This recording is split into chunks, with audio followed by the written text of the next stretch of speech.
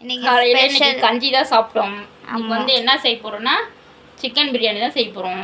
1/2 kilo chicken எடுத்து வச்சுருக்கேன், வெங்காயம் அரிஞ்சு வச்சுருக்கேன். இப்போ வந்து எண்ணெய் ஊற்றிக்கலாம். ஃபஸ்ட்டு தேவையான அளவு எண்ணெய் ஊற்றிக்கணும். எண்ணெய் காஞ்சிச்சு. இதுக்கு என்னென்ன போடலாம் பார்க்கலாம்.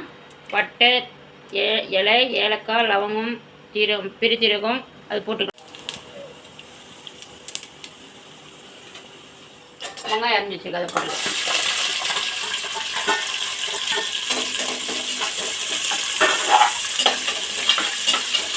நல்லா வதங்கணும்.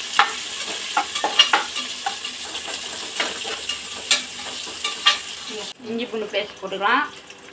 நான் ஒரு 2 ஸ்பூன் போட்டுக்கிறேன்.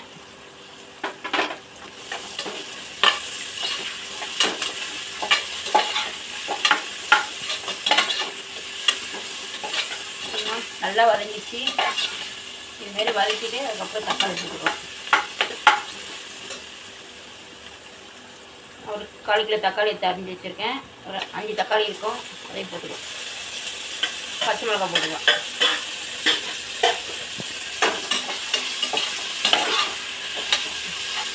இப்போ வந்து கறி போட்டுக்கலாம்.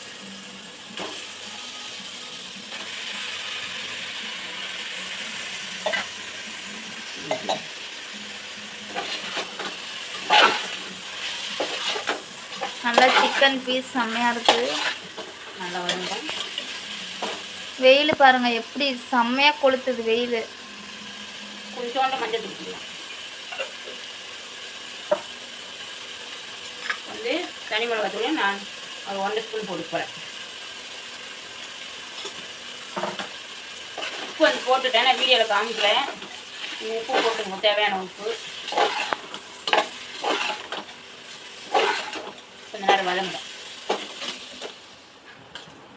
ஒரு 2 ஸ்பூன் போட்டுக்கலாம். தயிர் ரெடி ஆயிடுச்சு ஃப்ரெண்ட்ஸ். கொஞ்சோண்டு கொத்தமல்லி போட்டுக்கலாம். எங்கள் அண்ணன் தான் வாசிக்கிறாங்க வரி சாங். ஒரு கைப்பிடி புதினா போட்டுக்கலாம்.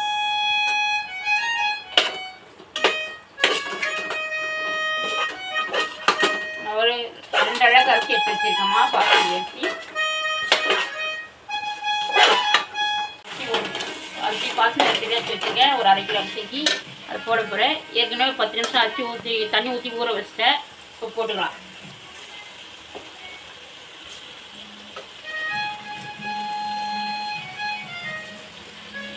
செஞ்சு பார்த்துட்டு சொல்லுங்கள், கமெண்ட் பண்ணுங்கள் எப்படி இருக்குன்னு. 100 சப்ஸ்கிரைபர்ஸ் வந்துருச்சு. எங்கள் வீடியோ எல்லாருக்கும் ஷேர் பண்ணி விடுங்க. எங்களுக்கு சப்போர்ட் பண்ணுங்கள். டெய்லியும் வீட்டில் செய்கிற சாப்பாடு உங்களுக்கு அப்டேட் பண்ணுறோம்.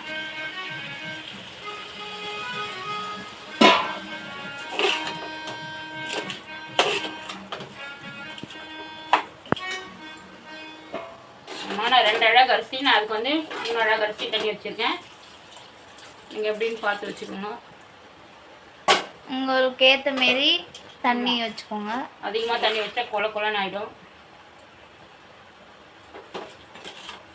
உப்புலாம் இருக்கான்னு செக் பண்ணிங்க.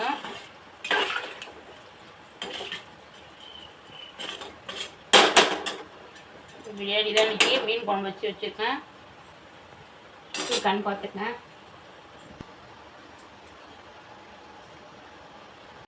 கேசரி பவுடர் போட்டிருக்கோம்மா. அது வந்து அப்படி மேலே சும்மா அப்படியே ஊற்றிக்கலாம் லைட்டாக. இப்போ வந்து பாதி எலுமிச்சை பழம் பிஞ்சு விட்டுருவோம்.